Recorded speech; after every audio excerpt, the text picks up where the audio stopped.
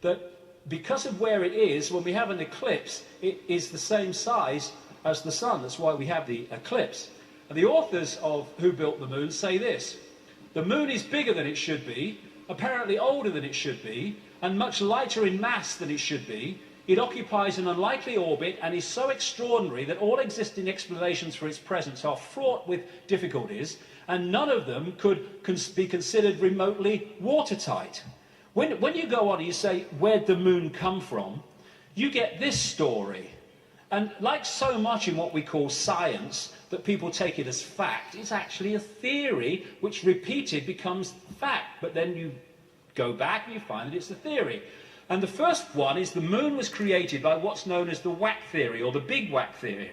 And that is that a Mars-type planet came in, smacked the Earth, great chunk came off, and became the moon.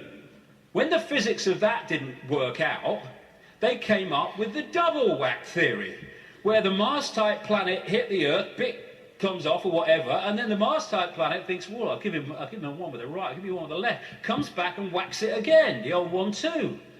Talk about bloody desperate.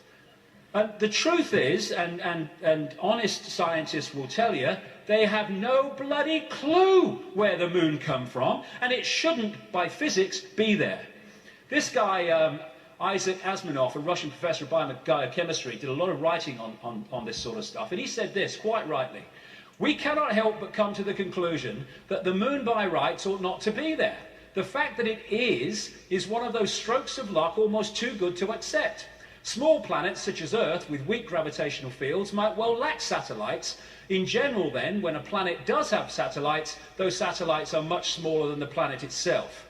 Therefore, even if the Earth has a satellite, there would be every reason to suspect that at best it would be a tiny world, perhaps 30 miles in diameter. But that is not so.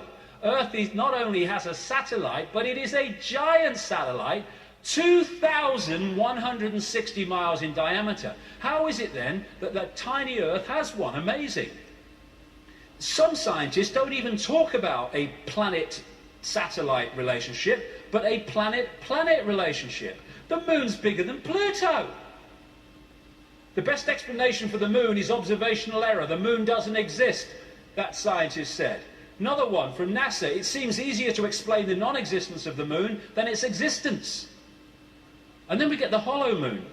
This is what I'm saying, and others have said, is that it's a hollowed out planetoid. In November 1969, the moon was hit by a lunar module to the equivalent of 1 ton of TNT.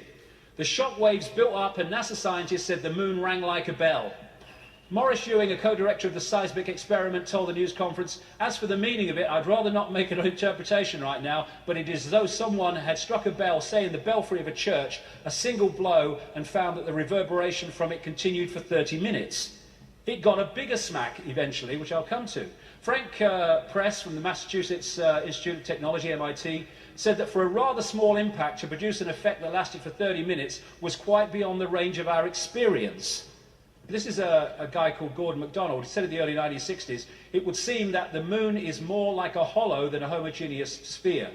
And this guy from MIT said the lunar orbiter experiments had vastly improved knowledge of the moon's gravitational field and indicated the frightening possibility that the moon might be hollow. Now we'll come to this bigger whack.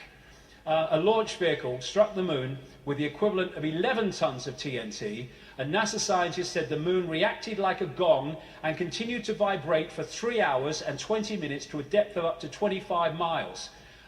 Ken Johnson, a supervisor of the Data and Photo Control Department during the Apollo missions, told Who Built the Moon author Alan Butler that the moon not only rang like a bell, but the whole moon wobbled in such a precise way that it was almost as though it had gigantic hydraulic damper struts inside it.